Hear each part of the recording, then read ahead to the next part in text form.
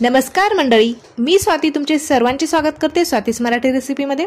आज आपल्याला बनवायची सगळ्यांच्या आवडतीची शेवग्याच्या शेंगाची भाजी, ती देखील एकदम झटपट तयार होणारी आणि एकदम चविष्ट अशी। चला तर मग रेसिपीला सुरुवात करूया। शेवग्याच्या शेंगाची भाजी तयार करण्यासाठी या ठिकाणी आपण शेवग्याच्या शेंगा घेतलेल्या आहेत। शेवग्याच्या शेंगा आपल्याला कट करून घ्यायच्या आहेत। तुम्हाला जशा पाहिजे तशा तुम्ही लहान मोठ्या आकारामध्ये कट करू शकता। मी एवढ्या लांबीच्या या शेंगा कट करून घेतलेल्या आहेत। तर शेवग्याच्या शेंगावरील जे टर्कल आहे ते आता आपल्याला काढून घ्यायचे। तर एका चाकूच्या मदतीने मी या ठिकाणी शेंगा सोलून घेत आहे। शेंगाचे टर्कल आपल्याला पूर्णपणे न काढता थोडे थोडे काढून घ्यायचे। तर अशा पद्धतीने आता आपण ह्या शेंगा सोलून घेतलेल्या आहेत। तर शेंगा मी या ठिकाणी आता स्वच्छ अशा धुवून घेणार आहे। या ठिकाणी मी शेवग्याच्या शेंगा धुवून घेतलेल्या आहेत। आता आपल्याला या ठिकाणी या शेंगा थोड्याशा तेलावरती परतून घ्यायच्या आहेत। तर एका कढईमध्ये मी अर्धा चमचा तेल टाकून घेतलेलं आहे। तेलावरती आता आपल्याला अर्धा ते 1 मिनिट या शेंगा छान परतून घ्यायच्या आहेत।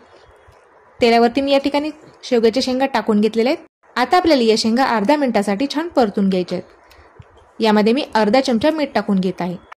मीठ टाकल्यामुळे आपल्या जे शेंगा आहेत त्या फुटणार नाहीत आणि शेंगाला चव देखील छान येईल, त्यासाठी आपण यामध्ये थोडंसं मीठ टाकून घेतलेलं आहे। मीठ टाकल्यानंतर आपल्याला शेंगाला छान परतून घ्यायचं आहे। एक अर्धा मिनिट मी शेंगा छान परतून घेतलेल्या आहेत। शेंगाचा आता रंग बदललेला आहे आणि हलकेशा या शेंगा मऊ झालेल्या आहेत। आता यामध्ये आपल्याला 1 ते 1.5 ग्लास पाणी टाकायचं आहे आणि शेंगा आपल्याला छान व्यवस्थित अशा शिजून घ्यायच्या आहेत। पाणी टाकल्यानंतर आपण याला छान मिक्स करून घेतलेलं आहे।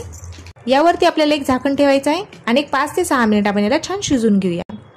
म्हणजेच आपली जी भाजी आहे ती एकदम झटपट तयार होते। आपल्या शेंगा शिजत आहेत तोपर्यंत आपण या ठिकाणी भाजीसाठी लागणारा मसाला तयार करून घेऊया। मसाला तयार करण्यासाठी गॅसवरती मी एक लोखंडी तवा ठेवलेला आहे। तव्यावरती आपण अर्धा चमचा तेल टाकून घेतलेला आहे। आपल्याला तव्यावरती कांदा छान परतून घ्यायचा आहे। या ठिकाणी मी 2 मीडियम साईजचे कांदे उभ्या आकारामध्ये कट करून घेतलेले आहेत। तेलावरती छान आपल्याला हा कांदा मंद आचेवरती परतून घ्यायचा आहे। काळा कुळकुळीत होईपर्यंत आपल्याला हा कांदा छान परतून घ्यायचा आहे।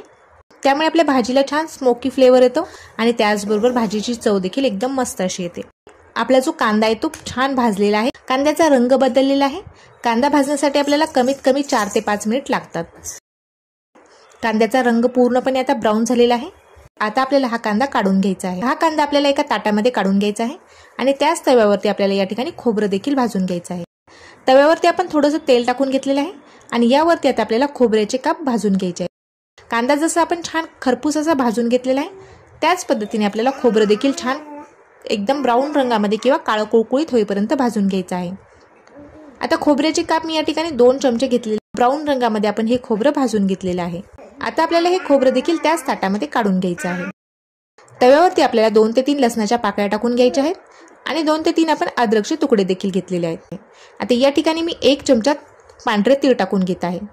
त्याचबरोबर अर्धा चमचा आपण या ठिकाणी खसखस देखील टाकलेली आहे। तिळामुळे आणि खसखशीमुळे आपल्या भाजीला छान घट्टपणा येतो आणि चव देखील मस्त येते। त्यासाठी आपल्याला भाजीमध्ये तिळाचा आणि खसखशीचा वापर करायचा आहे। तुम्हाला जर खसखस टाकायची नसेल तर तुम्ही स्किप करू शकता। या ठिकाणी मी आता थोडीशी कोथिंबीर घेतलेली आहे। कोथिंबीर देखील आपल्याला तव्यावरती छान परतून घ्यायची आहे। कोथिंबीर देखील मी या ठिकाणी छान परतून घेतलेली आहे। आता आपल्याला हा तयार मसाला मिक्सरला बारीक करून घ्यायचा आहे। पाणी न टाकताच मी याला सुरुवातीला वाटून घेणार आहे। त्यानंतर आपल्याला यामध्ये थोडंसं पाणी टाकून हा मसाला बारीक असा वाटून घ्यायचा आहे। सुरुवातीला जर पाणी टाकलं तर मसाला व्यवस्थित बारीक होणार नाही, त्यासाठी आपण सुरुवातीला पाणी न टाकताच हा मसाला बारीक करून घेतलेला आहे। आता यामध्ये मी 2 ते 3 चमचे पाणी टाकून घेतलेले आहे आणि मसाला छानपैकी असा बारीक करून घेतलेला आहे। आपला जो भाजीचा मसाला आहे तो एकदम मस्त असा तयार झालेला आहे। एक 5 ते 6 मिनिट झालेले आहेत आणि आपल्या शेंगा देखील छान उकडलेल्या आहेत। बघू शकता तुम्ही, एकही शेंग फुटलेली नाहीये आणि शेंगा आपल्या छान शिजलेल्या आहेत। शेंगा शिजवण्यासाठी आपण जे पाणी वापरलेलं आहे तेच पाणी आपल्याला भाजीसाठी वापरायचं आहे। तुम्ही हे पाणी सूप म्हणून देखील पिऊ शकता।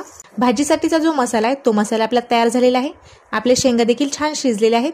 आता या ठिकाणी आपल्याला भाजीला फोडणी देऊन घ्यायची आहे। गॅसवरती मी कढई ठेवलेली आहे आणि कढईमध्ये आपण 1.5 चमचा तेल टाकून घेतलेलं आहे। आता तेलावरती आपल्याला अर्धा चमचा मोहरी टाकून घ्यायची आहे। मोहरीला आपल्याला छान फुटू द्यायचे आहे। त्यानंतर आपल्याला यामध्ये जिरे टाकून घ्यायचे आहेत। मोहरी आपली छान फुटलेली आहे। आता यामध्ये मी अर्धा चमचा जिरे टाकून घेतलेले आहेत आणि जिरे देखील आपले छान फुललेले आहेत। आता यामध्ये आपल्याला जे तयार करून घेतलेलं वाटण आहे किंवा मसाला आहे तो मसाला टाकून घ्यायचा आहे। तेलावरती आपल्याला हा मसाला छान परतून घ्यायचा आहे। हा मसाला तेल सुटेपर्यंत आपल्याला छान परतून घ्यायचा आहे। मसाल्यामधून छान तेल सुटत आहे, बघू शकता तुम्ही। एकदम खमंग असा आपण हा मसाला भाजून घेतलेला आहे। आता यामध्ये आपल्याला काही सुके मसाले टाकून घ्यायचे आहेत। तर मी यामध्ये अर्धा चमचा लाल तिखट टाकून घेत आहे। 1.5 चमचा आपल्याला या ठिकाणी काळा मसाला टाकून घ्यायचा आहे. तुमच्या घरामध्ये जो साठवणीचा मसाला आहे तुम्ही त्यातील कुठलाही मसाला वापरू शकता. गोडा मसाला असेल तर तुम्ही ते देखील टाकू शकता. थोडीशी हळद टाकून घेत आहे मी. त्याचबरोबर अर्धा चमचा आपण या ठिकाणी धने पावडर टाकून घेतलेला आहे आणि अर्धा चमचा मी या ठिकाणी काश्मीरी लाल मिर्च पावडर टाकलेला आहे. काश्मीरी लाल मिर्च पावडरमुळे भाजीला थोडासा लाल रंग येतो. आता आपल्याला हा मसाला तेलावरती परत एकदा छान परतून घ्यायचा आहे. यामध्ये टाकलेले जे सुके मसाले आहेत ते देखील छान भाजले जातील. भाजीचा जो मसाला आहे तो छान आपण अर्धा ते 1 मिनिट परतून घेतलेला आहे. मसाल्यामधून छान तेल सुटलेलं आहे आणि एकदम खमंग असा आपला हा मसाला तयार झालेला आहे. मिक्सरच्या जारमध्ये मी थोडंसं पाणी टाकून घेतलेलं आहे. ते पाणी आता मी भाजीमध्ये टाकून घेतलेलं आहे. ते टाकल्यानंतर देखील आपल्याला मसाल्याला छान परतून घ्यायचं आहे.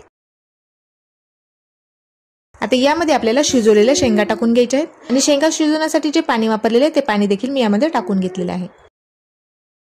भाजीला आपल्याला एकदा छान मिक्स करून घ्यायचं आहे. यामध्ये आता आपल्याला चवीनुसार मीठ टाकून घ्यायचं आहे. मीठ आपण शेंगा भाजताना देखील टाकलेलं आहे, त्यामुळे मी या ठिकाणी थोडंच मीठ टाकून घेत आहे. आता भाजीला आपल्याला एकदा छान मिक्स करून घ्यायचं आहे आणि भाजीला आपल्याला झाकून 2 ते 3 मिनिट वाफ काढून घ्यायची आहे. आपल्या भाजीचा जो मसाला आहे किंवा रसा आहे तो आपल्या शेंगामध्ये व्यवस्थित उतरेल. तर बघू शकता तुम्ही एकदम मस्त अशी आपली भाजीला तेलाची तरी आलेली आहे. एकदम चमचमीत आणि चविष्ट अशी आपली शेवग्याच्या शेंगाची भाजी तयार झालेली आहे. याची जी ग्रेव्ही आहे ती देखील बऱ्यापैकी घट्ट झालेली आहे.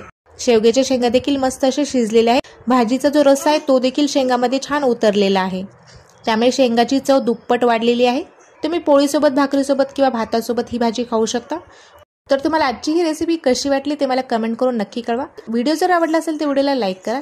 चॅनलवरती नवीन असेल, चॅनलला सबस्क्राईब केलं नसेल तर अशाच नवनवीन रेसिपी बघण्यासाठी चॅनलला सबस्क्राईब करा आणि सोबत बेल बटनला देखील प्रेस करा. येणाऱ्या व्हिडिओचे नोटिफिकेशन सर्वात अगोदर तुम्हाला मिळतील. फेसबुक पेज आणि इंस्टाग्राम पेजला देखील फॉलो करायला विसरू नका. भेटूया तशीच एका छानशा रेसिपीसोबत. तोपर्यंत धन्यवाद.